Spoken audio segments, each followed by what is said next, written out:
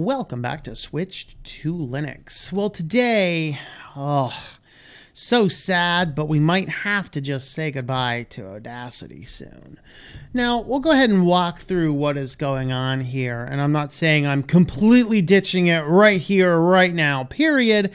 What I'm saying is that they're doing some things that we need to have a look at. And with that, we need to stop and say, okay, is it about time to fork this or go into something else or whatever else? So basically what happened is Audacity was purchased by Muse. And Muse has a long history of doing data analytics. And so very shortly after Audacity being acquired by Muse, basic telemetry for Audacity. But don't worry, it's basic and it's opt-in, which is the very first slippery slope going right on down. So here we are, May 4th. Please see our response. There's a response over there. So over here, dear all, screw you. Basically what it says here. Due to a large amount of worry about this PR, which is completely understand, we want to clarify exactly what's going on. Telemetry is strictly optional and disabled by default. The core point, though, is that the code for it is embedded, enabled with a toggle switch, which in and of itself is problematic. What code? Google Analytics and Yandex. Two basic analytics. Disabled by default, but still in the code. Telemetry only works on builds made by GitHub CI from the official repo. The telemetry URLs are only defined there. And if you are compiling it from source, we will provide CMake option to enable the telemetry code, and it will be off by default. Now, these are still the things that cause serious concerns in the open source community. Now, Muse Music has said that they are going to keep it free and open source. Just like Facebook said that WhatsApp data and Instagram data will never merge into Facebook. Just like that.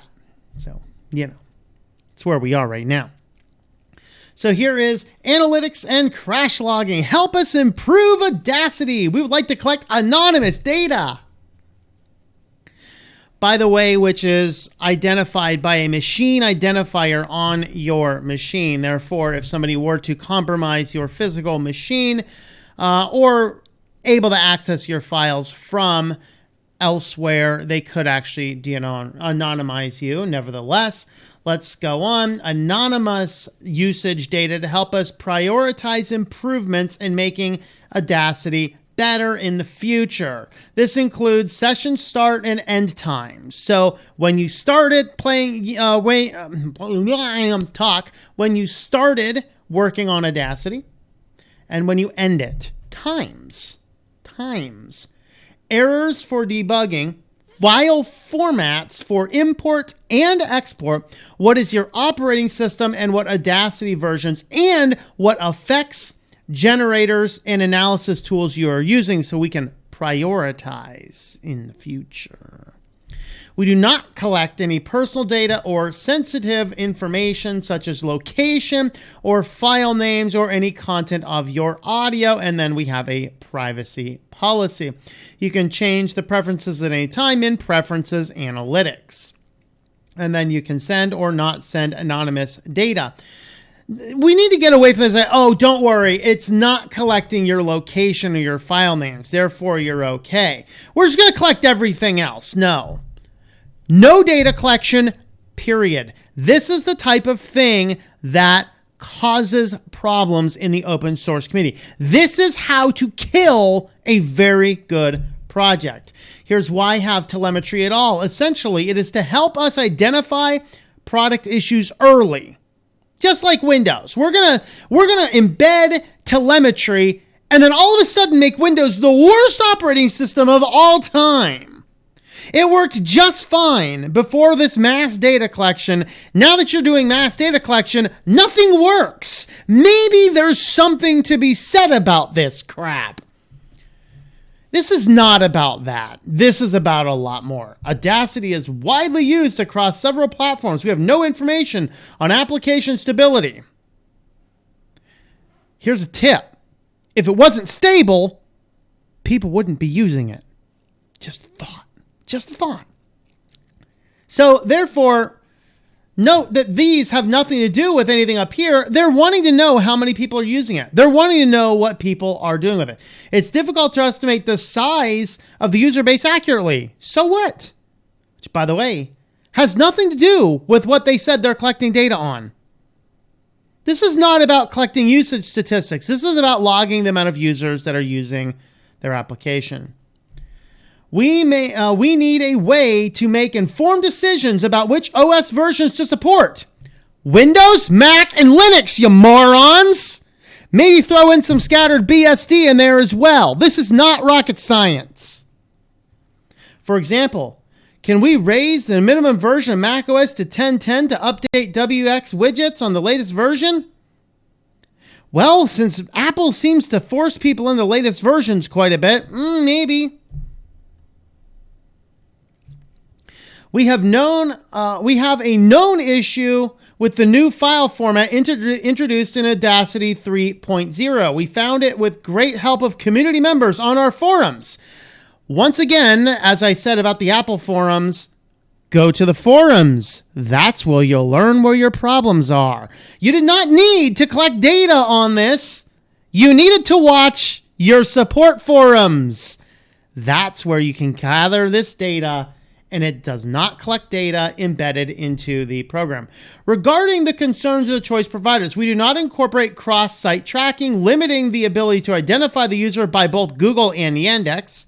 Yandex would only receive the application opened event to help estimate the size of the user base.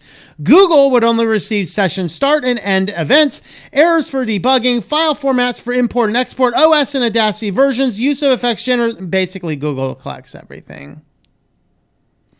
We will consider replacing Google and Yandex with other service if we find one that fulfills our requirements. I have one that fulfills your requirements. Take all the crap out and watch your forums.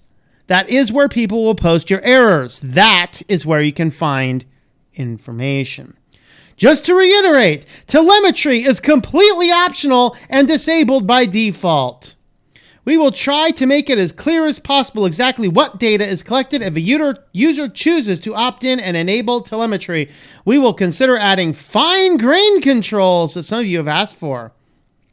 To address the concerns of private library versions, the largest part of this poll request is a networking layer built on libcurl.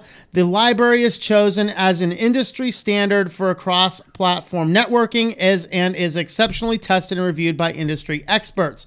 Layer on top of it, lib network manager meant to simplify the development of the future features. Libcurl is used without any patches. It is possible to use the system provided version of the library available on the Linux distributions. We will double check if that works. So here is the original description. And you can see 248 people are like, yay! 3,482 are like, take your favorite finger. And then 34, and then I guess some people are having a party, I guess. And then you got, some people are loving their insanity. Some people are like, let's take a spaceship out of here. And so ultimately, this is kind of a problematic thing.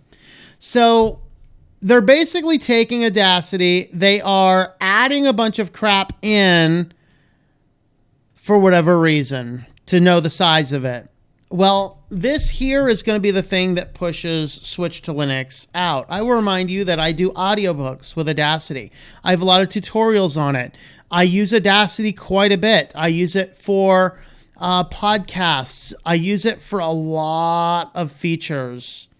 And if this is the type of thing that the new Audacity owners are going to put into it, I'll be checking out.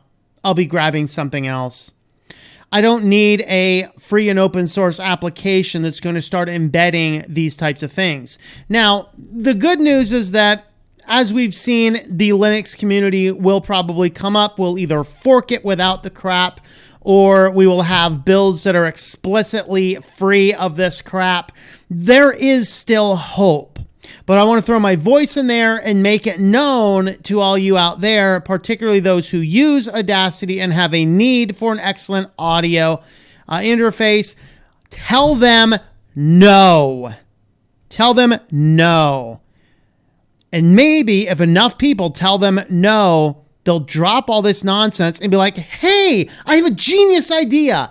Let's watch the forums for our problems and to know where to prioritize our times. So let the Audacity team know. Let them know you'll be moving to a different product if they want to go ahead with this nonsense. And with that, guys, thanks for watching, and I hope that you enjoy switching to Linux.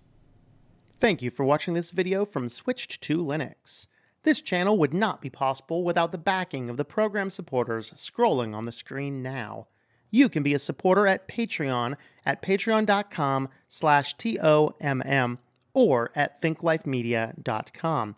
I also want to thank the open source community who creates such excellent software that makes producing this show possible. Please remember to support your software communities. Thank you, and I hope that you enjoy switching to Linux.